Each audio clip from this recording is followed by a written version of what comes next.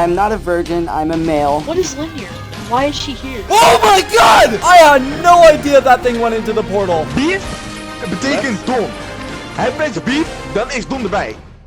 Well, this is a surprise. The prodigal son Halo Infinite is finally here, and I was kind of expecting it to be released in the holidays just so it could compete against other games. Although I will take it now because we've kind of waited 3 years for this game to release. Regardless though, in today's video we are going to be talking about the game, the pros, the cons, everything you need to know about Halo Infinite, my ultimate review on it. For those of you who've been living under a rock, Halo Infinite is one of the most hyped up games this year. This game basically takes the premise of the first 3 Halos and then basically modernizes it. But how does the game feel so far?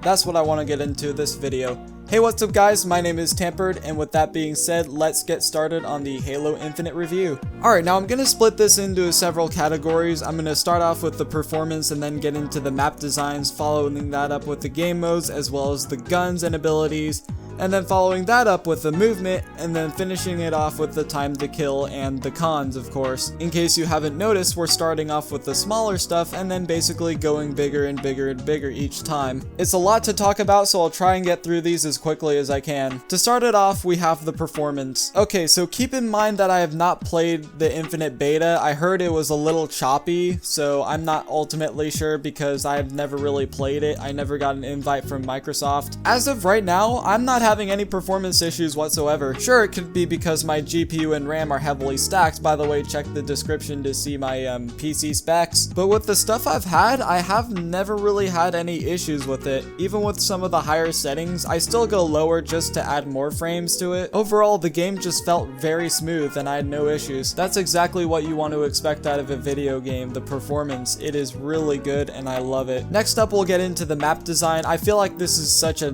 drastically needed change because for someone who's left Halo by the time Halo 4 rolled around, I feel like the map design just went to total shit in that game. At least in my opinion, I feel like the map design got a lot better, and the reason why is because I felt like in Halo 4 and 5, I felt like 343 tried to overcompensate for the sprint mechanic, because if you remember older Halo games, there was no sprinting, so the maps were generally like a little smaller. In Halos 4 and 5, I felt like the maps were a bit too big, but I feel like 343 got them just right in Halo Infinite. I never felt like I was at a disadvantage just because I felt like the map screwed me over, which was a big problem in Call of Duty Vanguard. Next up, the game modes. So far, the current game modes, I believe, are arena-based game modes, which are the standard 4v4s. There's the big team battle modes, which I think are really fun and probably better than the arena modes. And then there's the ranked game modes, which I never really got interested in ranked just because I just never really felt like grinding the crap out of a game, especially recently. All of the game modes are really fun and there hasn't really been any issues about them. And yes, I know Slayer, Oddball, and CTF appeared in every Halo title, now leave them alone. A quick little side note for the game modes, you spawn with an AR in big team and arena modes, but you spawn with a battle rifle in ranked modes. So when it comes to guns and abilities, guns are basically like scattered around the map. You basically start off with like one of the worst weapons in the game, and then you basically have to find better weapons as you travel across the map. Usually the power weapons, which are like the best weapons in the game, they're usually located in the center, so you can see like the sniper rifle, the rocket launcher, you can see the skewer in the center as well. Gravity hammer, energy sword. I am so glad that 343 went back to that kind of Halo game, because the loadouts and the ordnance drops were just such a big issue in Halo 4. And in terms of abilities, I feel like they were just right. They weren't too overpowered, much like how they were in Halo Reach, Armor Lock. But at the same time, I didn't feel like they were too underpowered to the point where they felt useless. If anything, I felt like the equipment was super fun to use. I mean, you had the overshield and the active camo, which were basically turned into abilities, but you don't spawn with them, you have to find them around the map. There's also the grapplers, which are super fun to use. You can also find the heat sensors, I believe they're called, or threat sensors.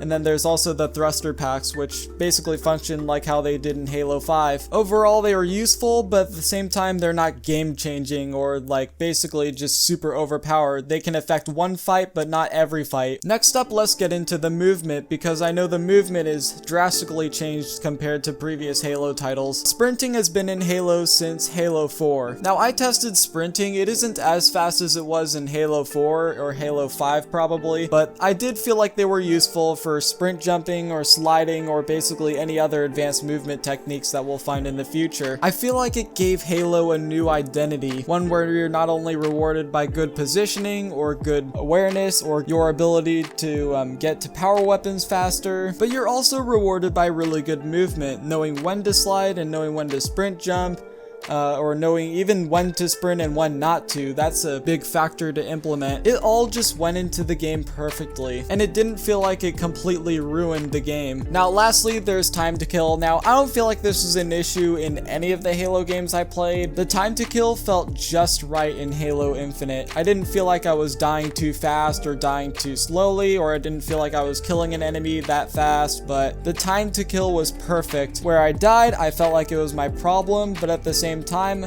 I didn't blame any other feature like bad map design or just trying to find excuses, you know. But at the same time, when I get a kill, I feel very rewarded. And now, oh boy, it's time for the pessimism. I didn't feel like there were too many issues in Halo Infinite, so I'm gonna be a bit nitpicky here.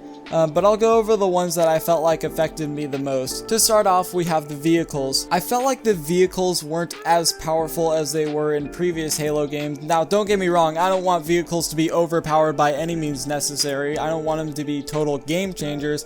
But at the same time, I didn't feel like vehicles have that much of a use. If anything, they're just more used for traveling around the map faster. It doesn't have as much of an impact in Halo Infinite as it did in previous Halo games. Now, don't get me wrong, I definitely do not want the Halo Reach Banshee returning because that thing is cursed, but I just wish vehicles were a bit more stronger. That can be easily fixed. Next, remember how I praised the map design in Halo Infinite? That's fine and all, but one thing I feel like ruins the map a little bit is the random stuff flying around the map, or not really flying, it's just staying there. This is especially noticeable on Bazaar because I feel like there's just too many random garbage piles laying around. It basically cluttered the map. It didn't feel aesthetically pleasing. That's why I kind of liked Halos 1, 2, and 3 because aesthetically speaking, there wasn't too much stuff just laying around. Yes, I understand it is to add detail to a map, but I just don't like it. Now this next one is super nitpicky, but the radar. It doesn't capture as big of an area as it did, I feel like, in previous Halo games. I feel like if it were a little expanded, then I would have no issues with it. Now this last one is probably the biggest issue I have with the game, and that's no Forge. Now don't get me wrong, I understand Forge is going to be released later, but I feel like Forge should have been released with the game. And the reason why is because all the maps, game modes, and guns, and all that movement stuff, it's going to eventually go stale super fast if there's no Forge mode, and that's one thing I fear will happen with the game. Hopefully when Forge gets added, the game won't feel too stale. That extra customization can bring the game a long way. So what is my final verdict?